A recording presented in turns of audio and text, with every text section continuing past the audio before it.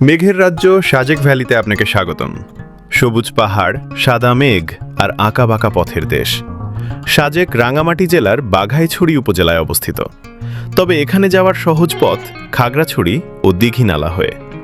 সাজেক নামটি এসেছে পাশের সাজেক নদী থেকে। একসময় এটি ছিল অত্যন্ত দুর্গম পাহাড়ি জনপদ। যোগাযোগ ব্যবস্থা উন্নত হওয়ার পর পর্যটকদের কাছে পরিচিত হয় সাজেক। আজ এটি বাংলাদেশের অন্যতম জনপ্রিয় পাহাড়ি গন্তব্য। সমুদ্রপৃষ্ঠ থেকে এর উচ্চতা প্রায় ১,৮০০ ফুট। এখানকার প্রধান জনপদ রুইলুইপাড়া, আর উঁচু পাহাড়ের আকর্ষণ কংলাকপাড়া ও কংলাক পাহাড়। সাজেকে বসবাস করেন বিভিন্ন পাহাড়ি জনগোষ্ঠীর মানুষ।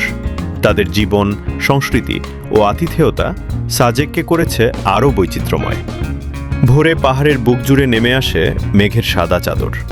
সূর্যোদয় আর সূর্যাস্ত দুটি এখানে অসাধারণ। বর্ষায় সবুজ আরও গাঢ়, শীতে আকাশ থাকে স্বচ্ছ।